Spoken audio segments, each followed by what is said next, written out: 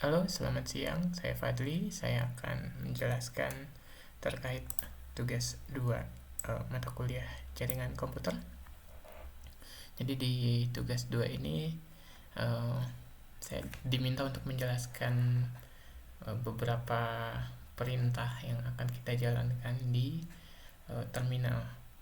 Nah, perintah pertama yaitu CD. CD ini digunakan untuk berpindah direktori atau folder pada terminal command prompt atau terminal lainnya ya. Dengan menggunakan perintah ini, pengguna dapat masuk ke folder dan kita bisa mengakses file yang ada di dalam folder tersebut. Misal kita sekarang ada di kita ada di folder semester 4 ini, lalu CD ke jaringan komputer. Nah, kita sudah ada di dalam folder jaringan komputer.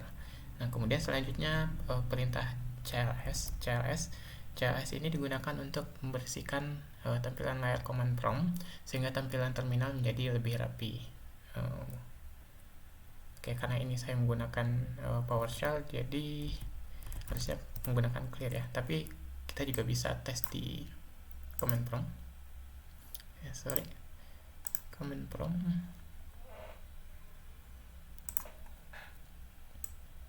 Nah, di command prompt kita misalkan menggunakan CD, ini sudah ada perintah yang berjalan di sana, kita pakai CLS maka akan clear seperti tadi di PowerShell.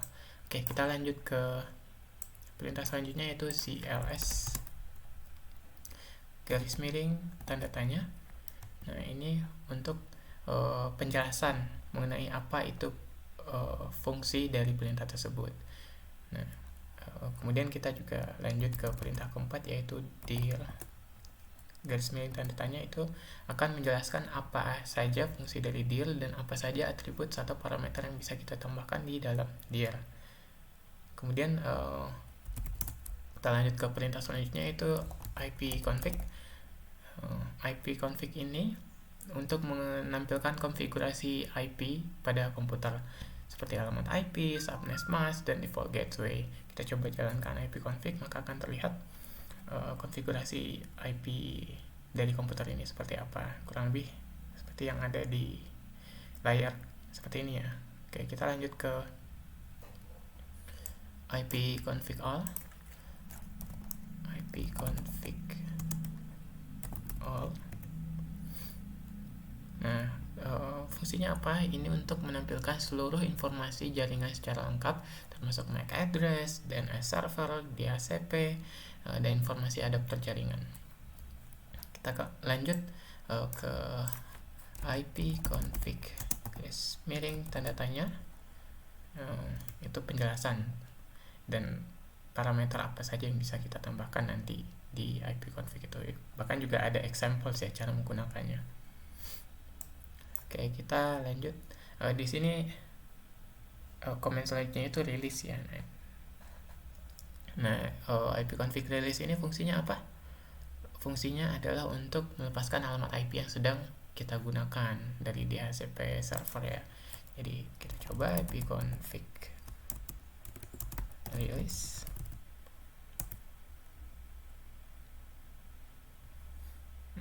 Nah, di sini dijelaskan kalau kita sedang melepaskan alamat IP yang sedang digunakan di komputer ini. Tunggu sebentar.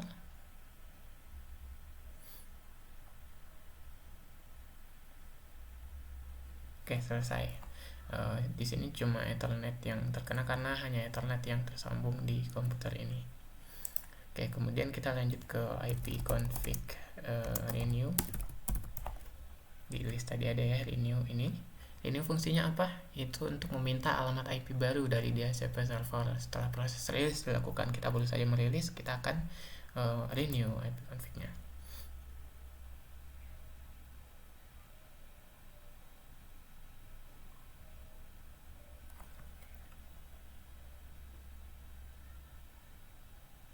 Dan tadi yang WiFi sudah dirilis ya. Nah, ini kita dapat IP config baru di WiFi kita. Kemudian kita lanjut ke IP config display DNS. Ini fungsinya untuk menampilkan cache DNS yang tersimpan di komputer. Oke, kita lanjut ke IP config flash DNS. Kita bakal menghapus semua DNS yang ada di komputer. Kemudian kita lanjut ke IP config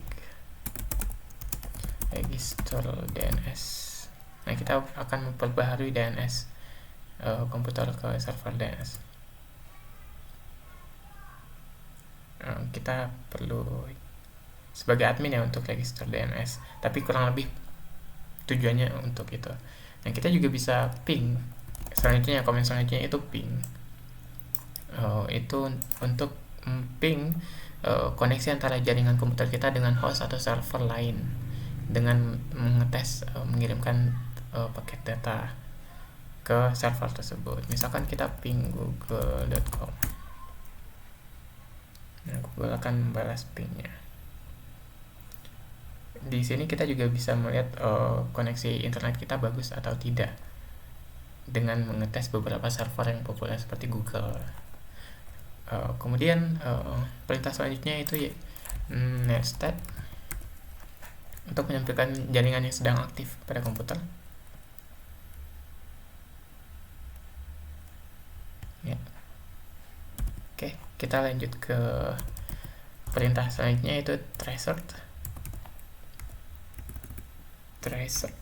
Tracer digunakan untuk melacak jalur perjalanan paket data dari komputer menuju alamat tujuan. Misalkan tracer google.com kembali ya. Nah, ternyata kita melewati 30 server ya untuk mencapai ke Google.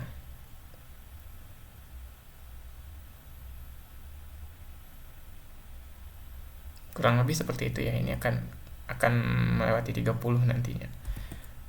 Oke, kita lanjut ke pathing.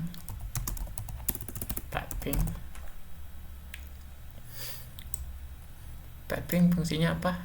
Ini kita gunakan untuk menganalisis jalur jaringan sekaligus mengecek kuantitas koneksi pada setiap hop jaringan. Kita tes lagi di google.com ya. Nah, kan 30 lompatannya dari komputer kita, kemudian bakal melompat ke satu server, kemudian server seterusnya itu di ping di masing-masing lompatan tersebut. Oke. Selanjutnya kita perintah nslookup.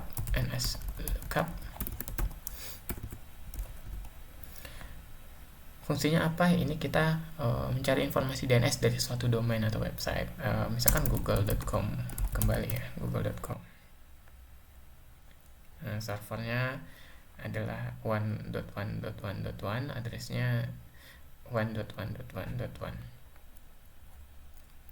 Kemudian kita lanjut ke perintah netsh. Ini kita gunakan untuk melakukan konfigurasi jaringan. Di dalam netsh ini nanti kita bisa atur jaringan kita bakal seperti apa. Oke, kita lanjut ke perintah selanjutnya yaitu route.